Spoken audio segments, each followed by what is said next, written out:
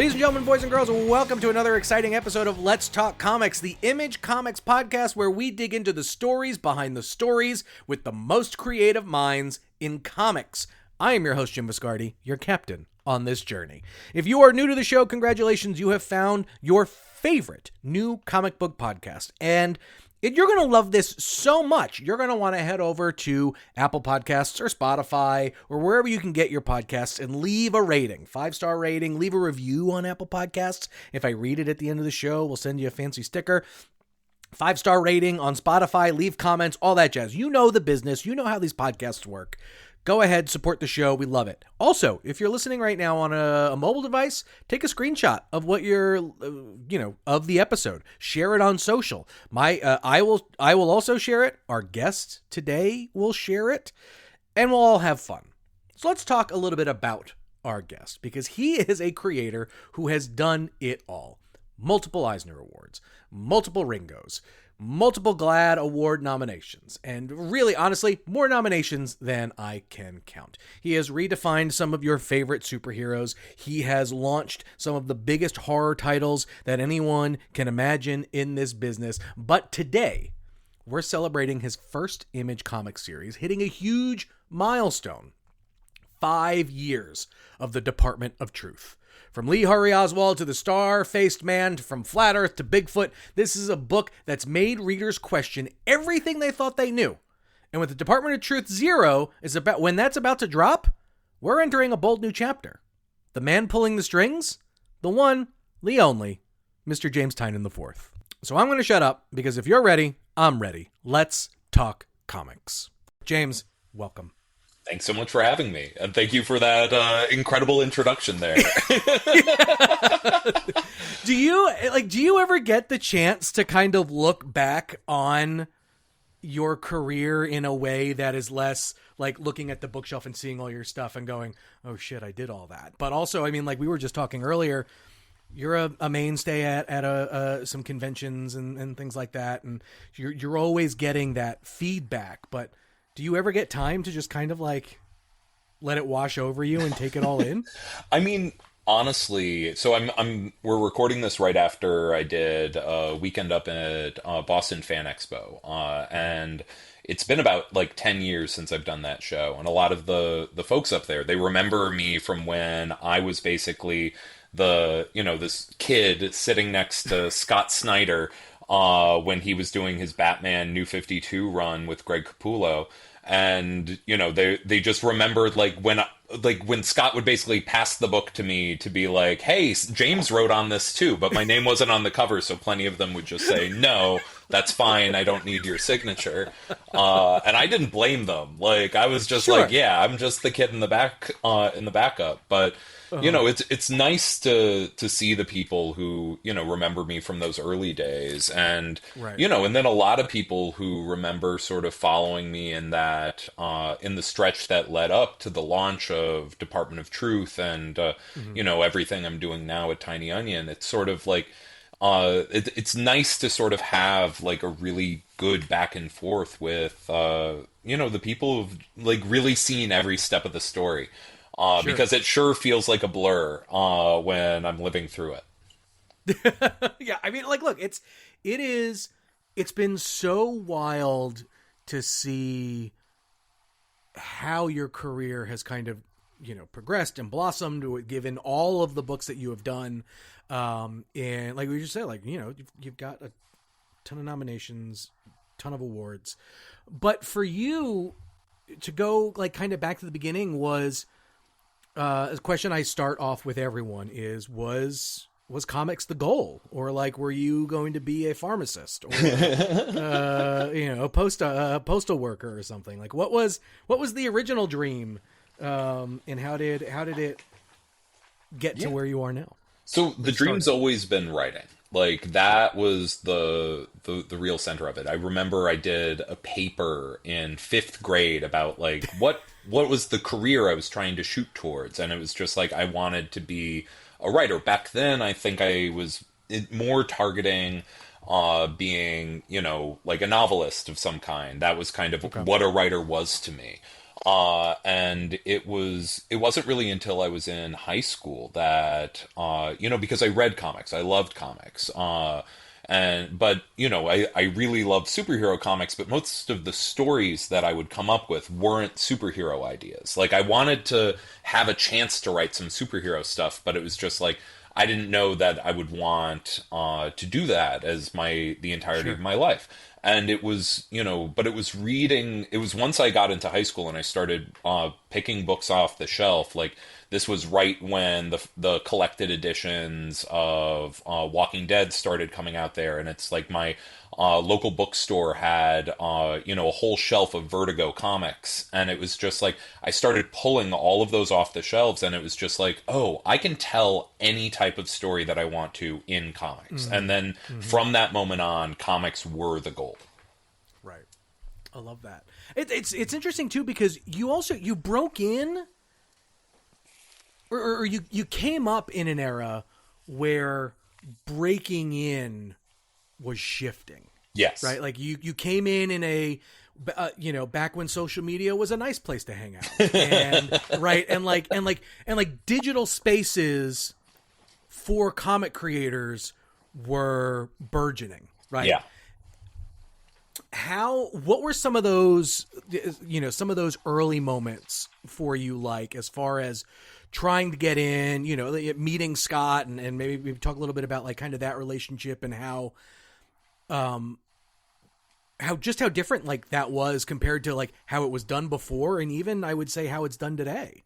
Yeah, and I mean, I think it's an old Mark Waid quote or something about how everyone who breaks into comics seals up the entrance right behind them. Like, there's no two people break into the industry the same way. Yeah. And for me, a lot of it was luck. I was a student at Sarah Lawrence College, and Mm-hmm. and my focus at school was creative writing, and I was focusing on prose at the time. Okay. And suddenly I had the opportunity to take a class with this young short story author who had written one story in a collection of short stories that was about superheroes. So I knew he understood the sort of genre work that Right. I was interested in writing, because most of the professors in my program did more literary fiction and had no idea Mm. what to do with like a horror story or something like that. And Right. that person was a young short story author named Scott Snyder, who at that point had not written a single comic book. But while I was in his class was when Marvel and DC Vertigo were both reaching out to him for what would end up being his first work. And Sure. while I was his student, he very excitedly showed me the pitch to American Vampire. And I was a Mm. junior in college at the time, and instead of just being like, "Oh man, this is so cool," like, and just asking him about the process, I sent him a 10-page critique of the pitch, and basically everything that I thought he should change in Yeah. it. And he actually made some of the changes, and basically has showed me everything he's ever written since. Oh, that's really So funny. I started, like, when I got out of college, I was kind of operating as his writing assistant. He was working Okay. on a YA novel that never ended up coming out, although bits of it have been cannibalized into some of his other books. But it was called Ghost Radio, and and so I was his sort of writing assistant on that, kind of helping him research, helping him be a sounding board while he was climbing up the ladder at DC. And so it was about a year and a half after I had graduated from college, and I was still talking to him pretty much every single day, Mm-hmm. that he reached out to me with a phone call and was just like, "Hey, New 52 Batman has launched really, really strongly, and I need a co-writer on the backup stories of every issue, because at that point he was writing too many books, he couldn't do it all himself." Right. And then I was like, I said yes, but I was like having a panic attack because I was 23 years old, and all of a sudden my first published comic book was going to be Batman #8 in the New 52, which Mm-hmm. is completely insane. And now we're 12 years later, but it was it was definitely a trial by fire. It was like me being thrown into the deep end of the pool. But pretty Mm. much from go, my goal was to get into creator-owned comics. Right. That was where my passion was. Like, I was really, Like, it was the comics of Image and Vertigo that really, Sure. really got my brain cooking. And Right. yeah, So where like, in the early days do you go to learn actually to how to put these together, right? Like what was it part of some of the stuff that you had done in college as far as like, just even from like straight up comic scripts and how to handle pacing in a comic versus necessarily pacing in prose and things like that. So where did you pick some of that stuff up? I mean, a lot of it was kind of looking over Scott's shoulders as he Mm. was trying to, figure all this out. I had read the like DC Comics Guide to Writing, and thankfully it was that era of the internet in the like, mid to late 2000s where a lot of writers had started uploading like some of their scripts online to some of their, hit series, and it was just like that actually allowed me to sort of see, oh, this is what obviously there are the famous Alan Moore scripts where it's like 2 pages for one panel, but then there are other writers whose work like made more sense to me, where it was just like the Sure. descriptive language was pretty succinct, but there was usually a bit more setup at the start of a scene, and I started like trying different things. And during that era, I basically like I wrote a bunch of comics that never got made. I would just write Right. scripts. And then at that point, I was like sending in pitches to whoever had like open submissions back when that was still a thing. Even though it wasn't a thing. But there was still an email you could send an email to. Right. And never got a response on any of those. But yeah, So what's it like? So what's it like for you now in the stuff that you're doing with Tiny Onion, right? And like you're working with a lot of younger creators now who yeah. are looking for their break and how to figure out ways in and get some stuff moving. What is it? Is it during some of those moments that you maybe notice how different the industry is now versus then, but also how similar? Absolutely. I mean, I think for a long time, the end all be all in comics was trying to get onto a big superhero book. Right. And it was sort of like following the model of you get on a big superhero book and then you like do that for a few years, you build an audience, and then you go off and do your creator own. That was sort of like Sure. standard model that everyone's trying to follow. But the real thing that started happening is the middle fell out of comic sales. Like there are the top selling books, of which there's like maybe 5 at each Marvel and DC.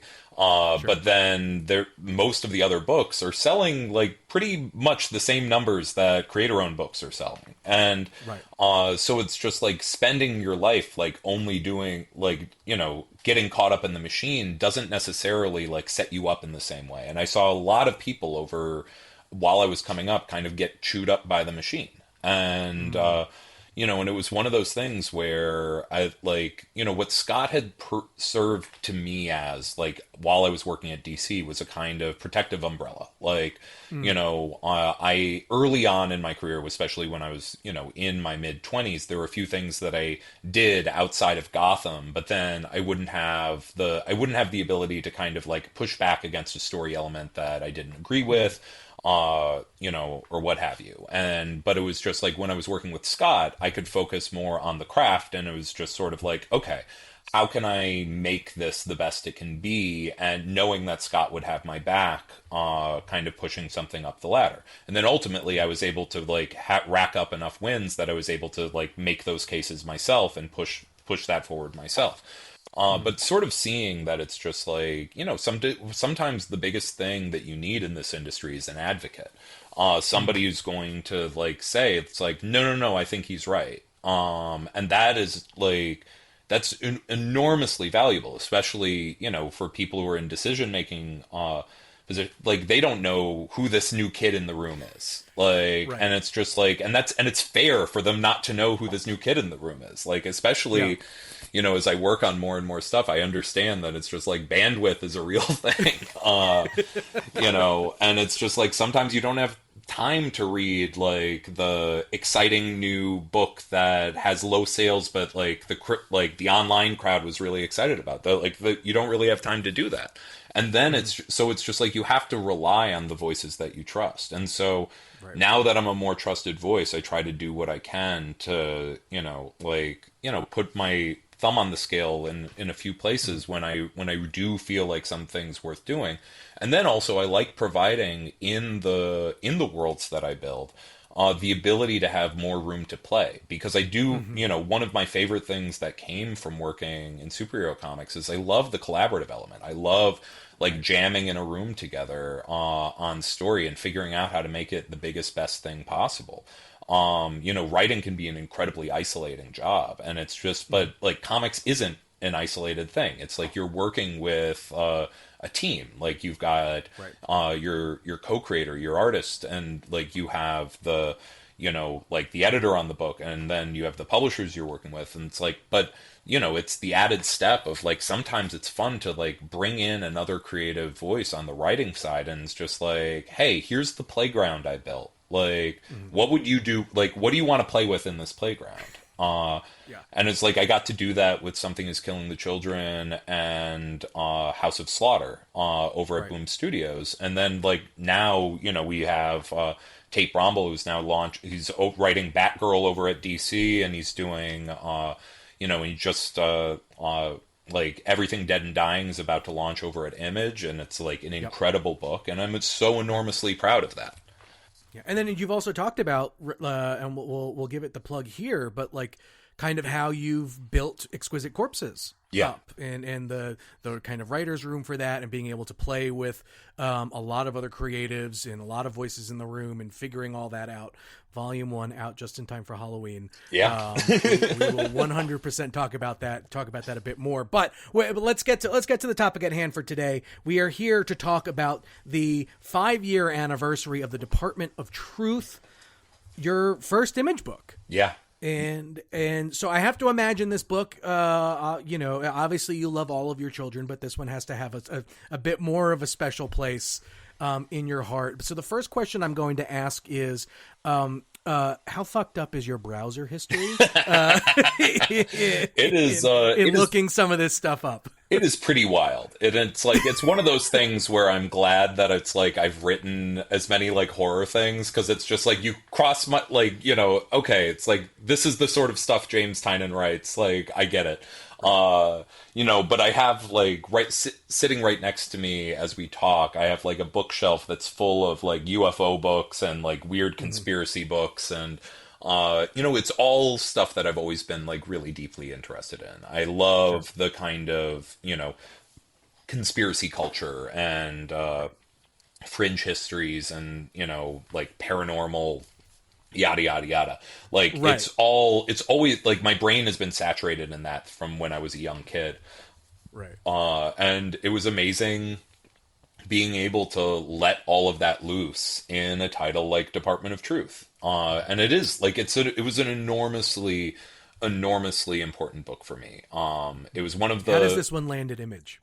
So I mean that's a great question, because I mean, for a long time, I was anxious about like making the jump over to Image. It's it can be, like launching an Image book. It's like you put a lot on the line financially, you put a lot on the line, like there's a lot of work that goes into launching an Image book. And it's it was something that, as I was building the idea of Department of Truth, I realized we'd be playing with such like dangerous like ideas here, that it wasn't something that I was willing to find out whether like, like DC Vertigo would get nervous at it, or, even over at like Boom, it's like, it was like a 6-month conversation to like make sure that we could say the word fuck in issues of Something Is Killing the Children. Like, even though it's like, it's a title where like a child is ripped in half in the first issue. So it was like, I knew that it's just like, I wanted this to be a story that allowed us to walk on the razor's edge. And that's a very dangerous place to be walking. But we wanted to talk about dangerous stuff. And and we wanted to do it responsibly, and we felt like we had a way to do that with the central conceit of the series, which is the idea that Right. we live in a consensus-based reality, that the more somebody believes in something, the more true that thing becomes. And this is about a secret department in the United States government that basically tries to prevent conspiracy theories from becoming reality. Because if enough people believe in a conspiracy theory, that will become the truth that we all have to live in. Mm-hmm. And then, it's a series that also deals with the question of, is it good for the United States government to decide what's true and what's not? And Yeah. that is unfortunately becoming more and more relevant So again. incredibly, yeah. Yeah. That's so. I love that. So, but was this something that you had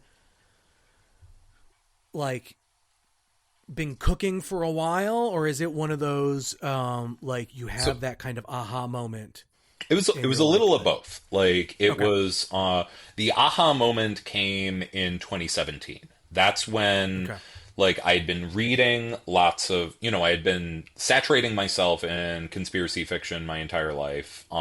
yep, But, it was like the summer of 2017 when I was like I was watching the right things, and I think I rewatched the movie JFK, which is a movie that I mm, rewatch pretty much once a year, by Oliver Stone. I love it. It's a yep, very nutty film, um, but a deeply fascinating and engaging one, and a very well made one mm, on just like a filmmaker level.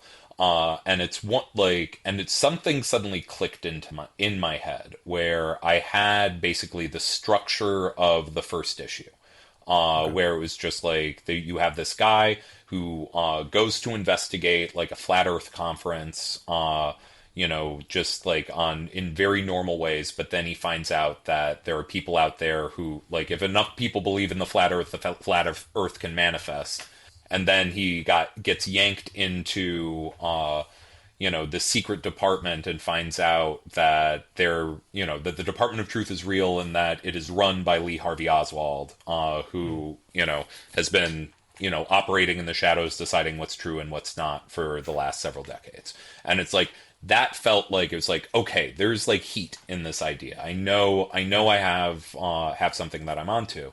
Uh, but it was a while to sort of get all of the pieces in place. At that point, I was working on my Detective Comics run over at DC, which was like a successful run, but not like a monstrously successful run. mm, And so it was like I was a kind of like midlist comic writer that and I didn't know who I could get to capture the vibe of the book that I wanted. And what right, was like what existed in my head was the kind of like scritchy work that Bill Sienkiewicz and Dave McKean were doing in the late 80s and early 90s. And it was just like I knew I wanted that sort of vibe, but there was no one really working in that mixed media format that was, putting out books. And it's like Bill Sienkiewicz wasn't going to sign up to do a monthly comic book with me at Image. So like, and it was actually my friend Matt Rosenberg, who okay, forwarded me these Inktober sketches that Martin Simmonds had done, mm, and just posted online, and they were all of these different musicians, and they had this like scritchy, inky, like splatter effect, and they were the coolest looking things, and it was very unlike the work that Martin was doing in the monthly comics that he was working on at the time. right, Martin's style I would put more in the line of like a Phil Noto. It was digital. It was very structured. mm, And there'd be little moments that like kind of burst out the seams, but it was pretty like controlled work. And I basically sent him a long email where it was like, here is like this rough idea that I want to do. Like I have not pitched it to Image yet, but I would like to do it at Image. And and then it was like would you be interested in doing this series, which at the time I was like it's going to be 15 issues because that was all I could like I knew I could like afford that out of pocket if it all sure, went to hell. Uh and it's like I want to do 15 issues in this style, which is essentially a few years of his life. And then it was just like, would you be interested in drawing in a radically different style for the next few years? Like, and thankfully he said yes. Like, he had been dying to work in that format in a more direct way for years and years and years. And I think it was just kind of a perfect math. But even then, it's like we had to wait until he wrapped. He was working on a series called Punk is Dead at IDW, and he followed it up with a series by Joe Hill. The name's escaping me right now, but it's a great book. But then it was like I had to wait until he had finished his previous commitments. While I was also writing 1 million, like DC comics and like event comics and like trying to, get all these pieces together. And so, but we started we got to work, and it was a real like back and forth process where, I remember like he did a version of the first cover that was like perfectly good. But it was one of those things where it's like, this doesn't have the like aggressive, like grab you in the face energy that I was hoping that we could do with this series. And it was like, okay, like how do we capture the right energy? And literally, I said, it's like, I have this crazy idea, and it's just like, I printed out two pictures of like the two copies of the same picture of JFK. And then, like, I cut him in half, and I cut him apart and jangled him up a little bit. And then I drew X's over the eyes of JFK. And it was just like, I think we should do something like this. And then Martin was like, that's it. That's the central idea. And, like, he ended up delivering what I think is, like, one of, like, like, a pretty iconic cover. It is an iconic cover, for sure. Yeah. How often for you do you find it finding a collaborator being almost so kismet? And like, and are there times where maybe that's not the case? Obviously, you don't have to name names or whatever. No. But like, I have to imagine, picking your dance partner is an incredibly important part of not for any book, but more importantly, right? Like your creator-owned stuff. Well, and it's like, and because that is important. It is the fact that it's like, it's not only like, it's not only like, hey, do you want to work on this project? It's like, do you want to like co-own a business with me, like in perpetuity? Like, it's basically, it's a very scary leap to make. And it was especially scary with Martin because like, when we agreed to work on the series together, we had never met in person before. Like, he lived in the UK, I was here in the US. He didn't make the convention circuit over here all that often, and and so it was just like, I've like asked around, and people say said he was a good guy, and he asked his friends, and they said I was a good guy. But it was like a it was a leap of faith, because typically in the past, like so many of my collaborators on other long running series, like every series kind of has a different path to it. Like like with Something Is Killing the Children, Boom helped me find Werther, and it was a like back and forth as we like developed the character. But then once he drew Erica Slaughter, I knew it's like, okay, you're the perfect person for this book. But for like something like Nice House on the Lake, I had worked with Alvaro for 10 years, like on various Batman titles and things like that before we were able to like take a leap. Even like World Tree, I had worked with Fernando Blanco on some Justice League Dark issues and things like that. It's like, normally I've had an opportunity to kind of like test the waters to see if we work well together before I take that kind of big leap. But it was a scary leap to take, but here we are 5 years later, and like, we're still here. Okay, I'd love to go through some moments and kind of throughout the series and ask you some questions about them. I guess I'll start with, like, how do you decide which conspiracy theory to tackle? Because I feel like, doing like the Flat Earth thing and the Hollow Earth, arcs, like, you made some of these, what at the time felt maybe a bit more fringe than they do now. Yeah. Kind of feel big. Yeah.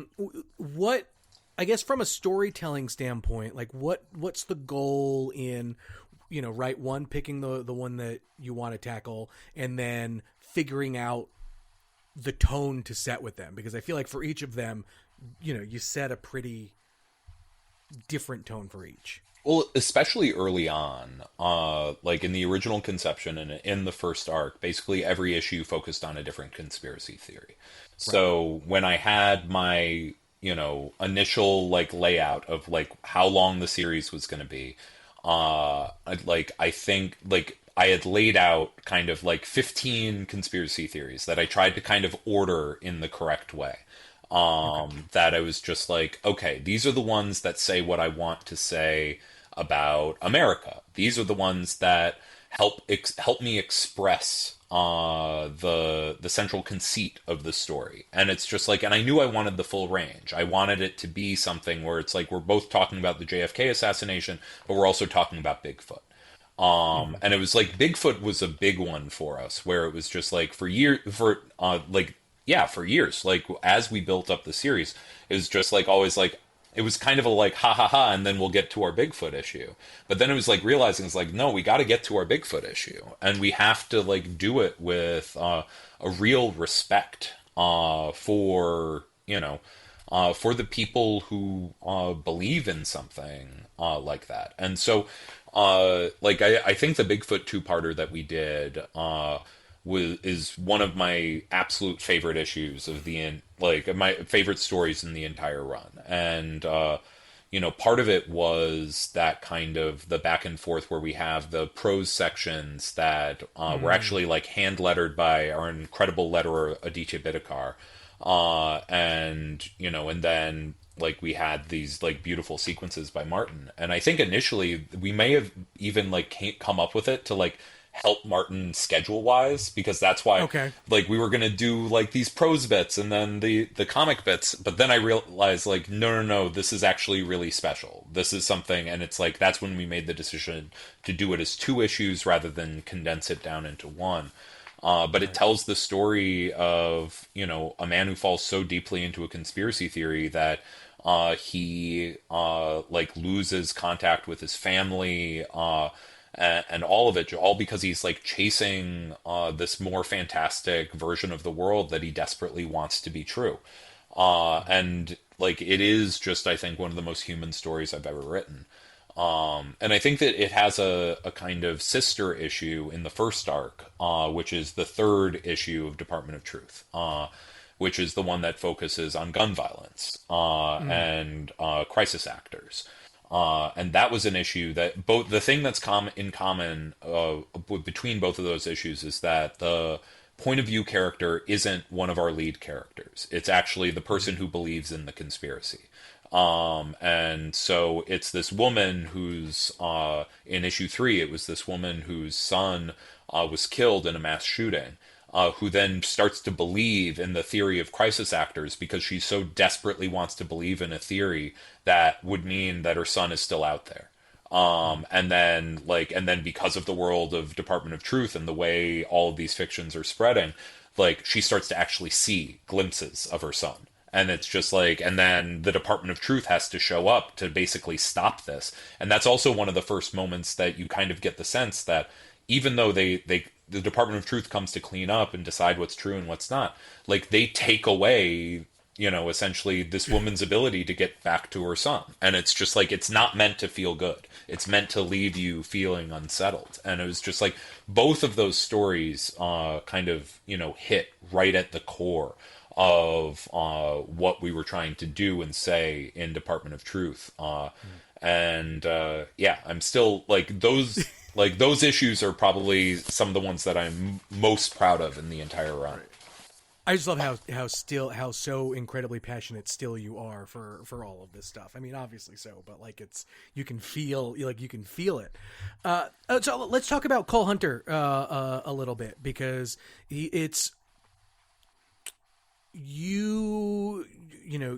got a fantastic ability to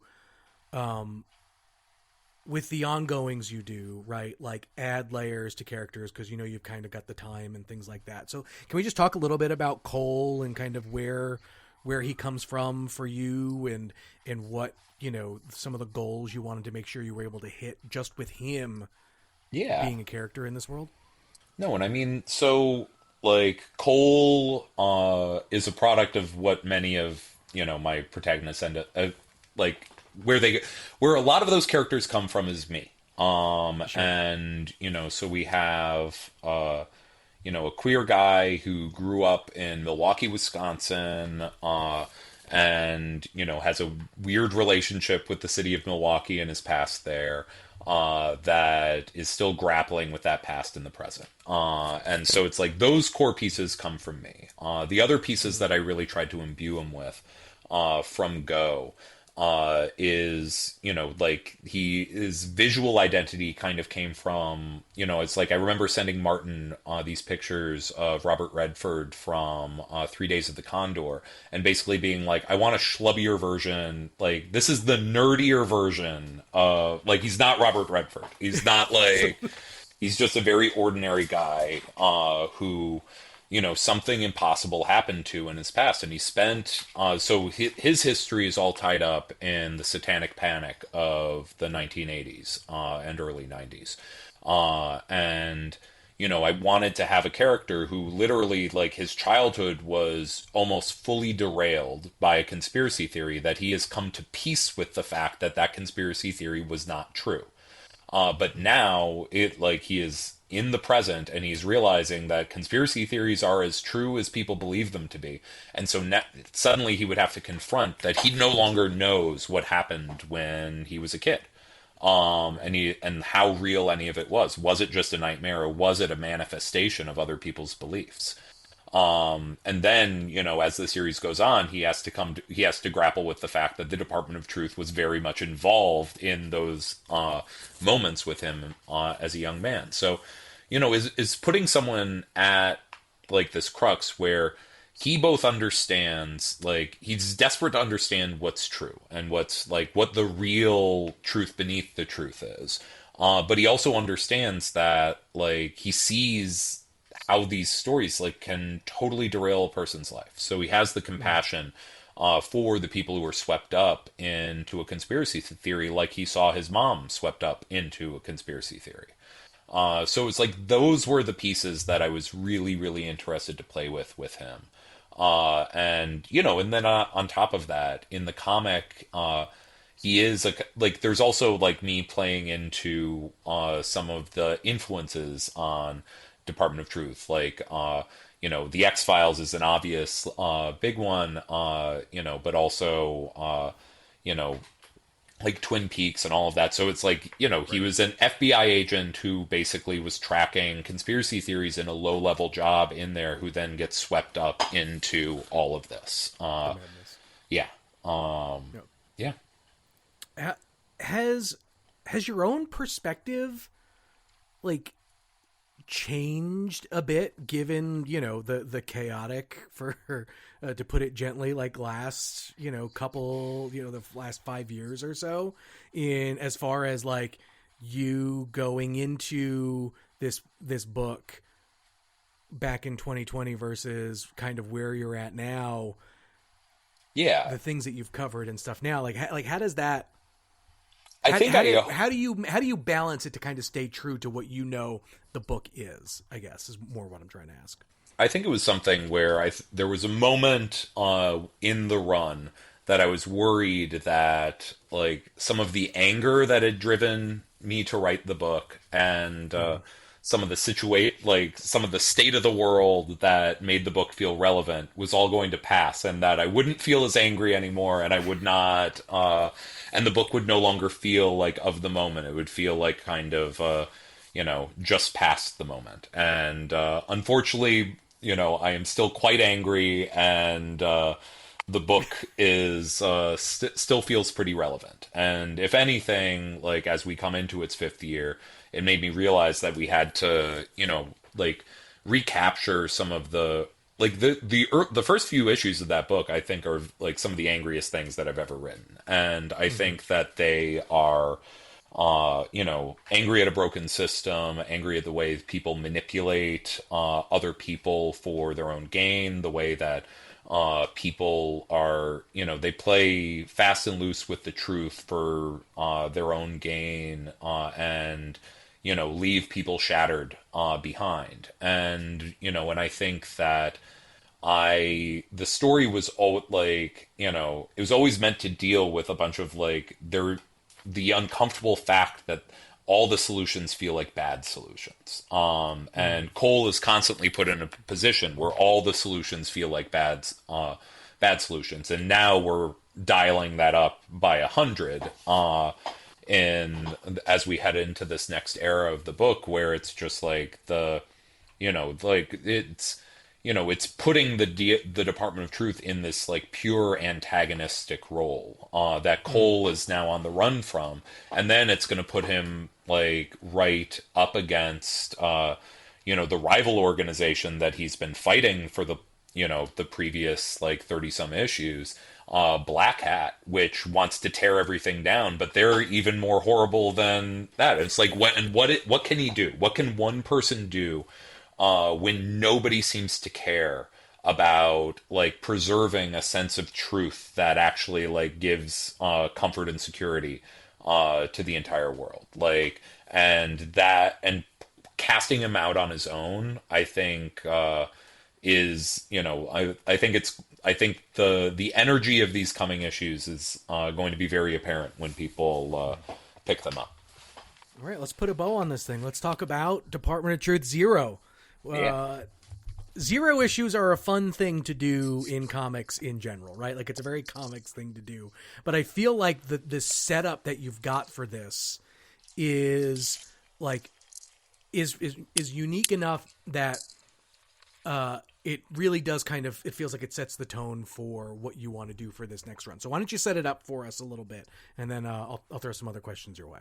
So, what we wanted to do with the Zero issue here was a kind of reset moment. Our Zero issue, I keep referring to it as it's the evil version of issue number 1. And it is kind of the kickoff of this next run of the book. It's also, we see a new character, or several new characters enter the world of Department of Truth. And as they enter that world, we reestablish what the rules are, but in this darker new reality where the Department of Truth is much more frightening. And so, we have a character, Hunter Hill, who is effectively the opposite of Cole Turner. He is this, where Cole was cooked in the fires of the Satanic Panic. Hunter comes from the more recent, QAnon on the Pizzagate. And everything that was coming out of that moment, and it was just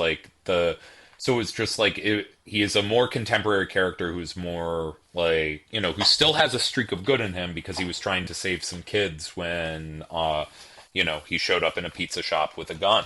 But it is there is something a bit more unhinged about him. He is a conspiracist who's now been dragged into the Department of Truth. With the express purpose of hunting Cole Turner.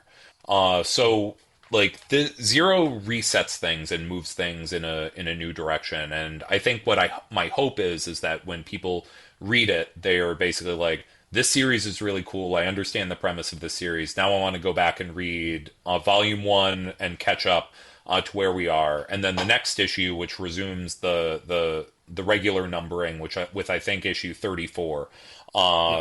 34 will pick up again with Cole Turner. So it's we introduce these new worlds and all of this, and then that kicks off this new arc, but we jump back to the perspective of our core leads.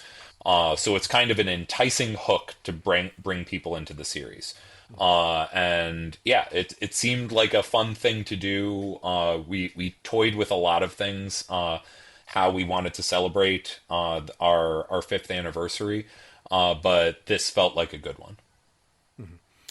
Then on top of that, you get to pal up a bit with Scott, who gets to write what I can only assume is his life's dream, tackling Elvis. Absolutely. So, like I said earlier in the podcast, like my career started with me doing the backup stories of, for Scott on Batman during the New 52 run. And so when we were like, okay, what's a little extra juice we could put into this new arc starting with issue 0?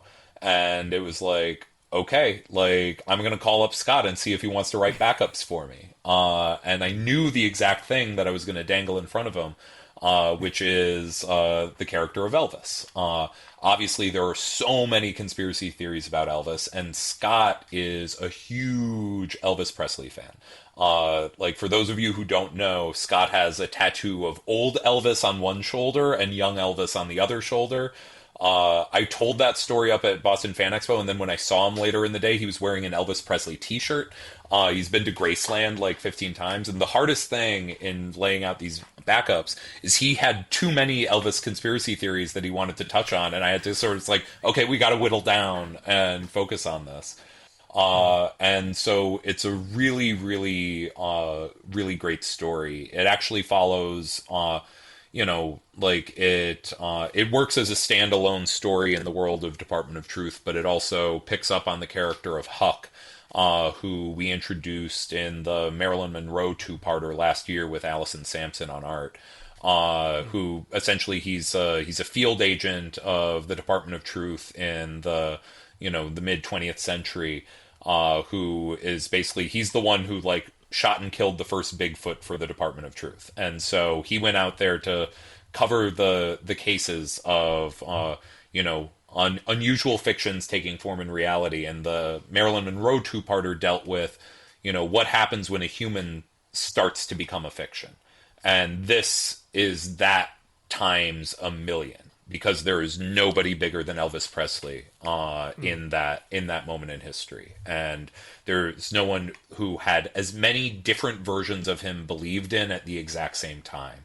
And it's it's the Department of Truth trying to deal with an unstable fiction in this moment of who is Elvis Presley. And I'm really, really excited for people to see that story.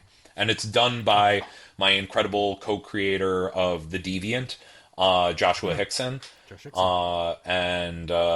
It's beautiful. Jordi Belair on colors. It's going to be great.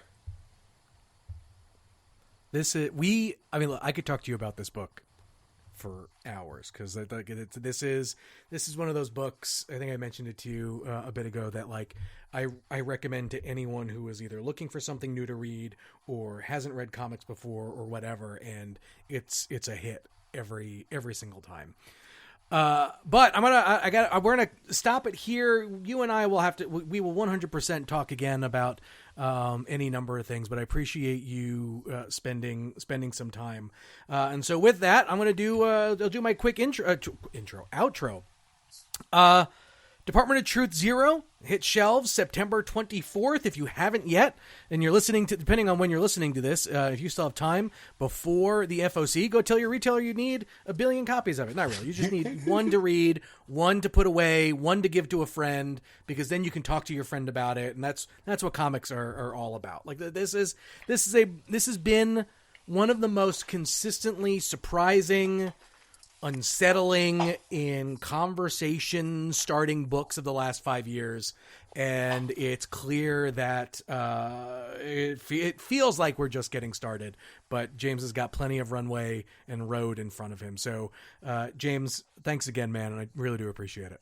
Thanks so much. And so now it's time for the outro of the outro, I guess. That's what we're doing here, because I did that outro while I was recording with him, because I was in the groove and feeling good. But, I got to do the business one more time. Share the show. Take a screenshot, share it on social, leave a review on Spotify, leave a review on Apple Podcasts, and go buy and read some damn comics. Because as long as you keep reading them, we'll keep talking about them. We'll catch you next time, folks.